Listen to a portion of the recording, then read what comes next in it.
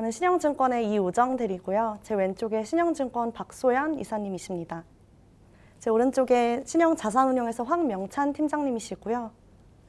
마지막으로 저희 베일리기포드에서 파트너이자 리더, 인터내셔널 비즈니스의 리더인 로나 앉아 계십니다. I want to start with this question. So I realized that Baillie Gifford has a very distinctive approach in hiring new people. What are you looking for? I think the short answer is there's not one thing that we're looking for.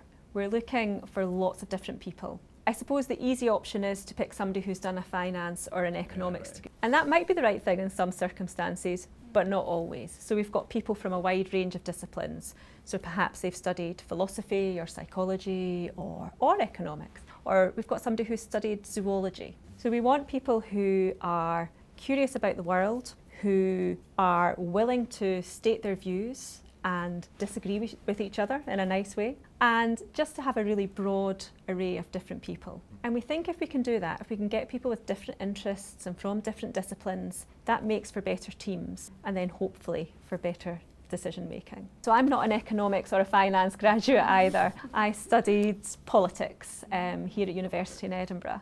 So then when did you become partner? And can you tell me more about the partnership structure in Baillie Gifford? And joined Baillie Gifford back in 2000, so a long time ago, 25 years here now. So I've been a partner for 3 years now, so back in 2022, and there are 59 of us who work full-time in the business, and I think that's an important point. So we're here day in, day out, closely involved with the business as well as running it. Yeah. So whether that's in investment or in the clients department or in operations. So we're here every day. And the important thing for clients really is the long-term perspective that it gives us. So you know that we're long-term when it comes to investment, but we're also long-term when it comes to running our business. And we can do that because we don't have outside shareholders to answer to, we don't have a parent company who are looking for short-term results. We're genuinely looking at the long term, which I think aligns our interests with that of our clients. Okay, so the benefits of the partnership structures like that. So Mr. Huang will be asking you the next question. Yeah, I'm interested in the investment process. When you decide to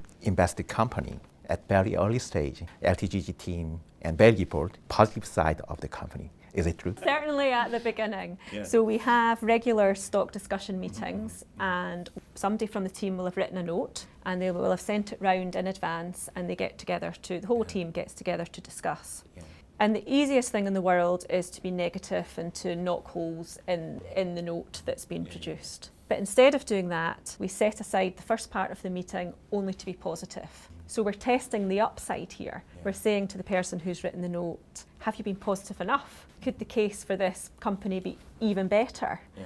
And once we've done that, of course, there is an opportunity to say, what about this? What about these challenges? Have you thought about this? But we think it's important at the outset to be optimistic and focus on the upside. So in addition to being optimistic, I also heard that Baillie Gifford has a very, very horizontal culture. So let's say in the research library, a senior could make an opinion and a newcomer can also add on that, and then even the newcomer's idea could be proposed. So could you tell me some more examples of the horizontal culture at Baillie Gifford? You're right. So if we think about the LTGG team, Mark Urquhart co-founded the strategy. He's been with Baillie Gifford a long time. He's very respected. He's an analyst at the end of the day, as is the new graduate who joined us 2 years ago. And they are each publishing research to the research library, as you say, and each has strengths. Other ways that we can talk about the horizontal structure. I suppose when you walk around the office, you can see it day to day. So there's no one hiding in offices. Everybody's in an open plan office. You see people getting up, standing and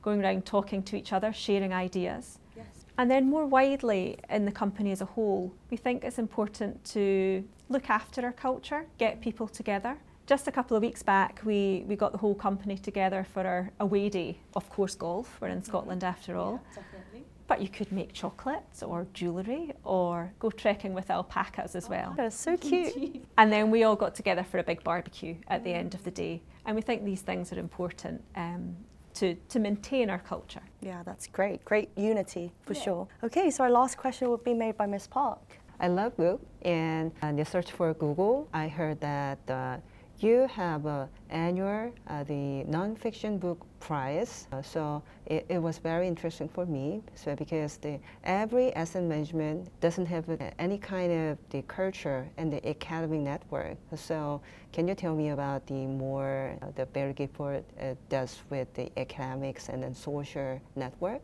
Yeah, and thank you for mentioning our non-fiction book prize. We've sponsored that for a few years now, and it really is a great initiative.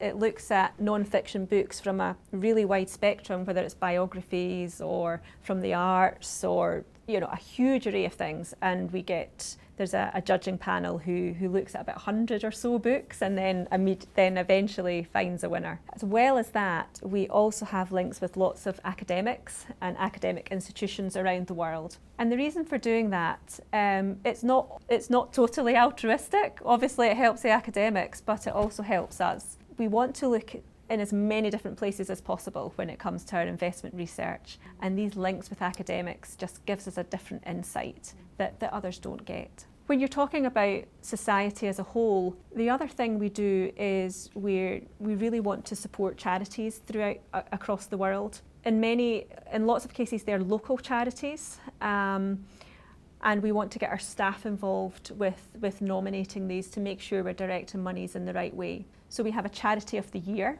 which tends to be Edinburgh based and is voted on by our staff to see who the charity for that particular year is. That's great. It's good to know that Beilligipold contributes not only to our investors, but also to the locals and the community. Okay, thank you so much for your time today, talking about the culture and people, and I'm very excited to feel that on ground. Thank you for having us.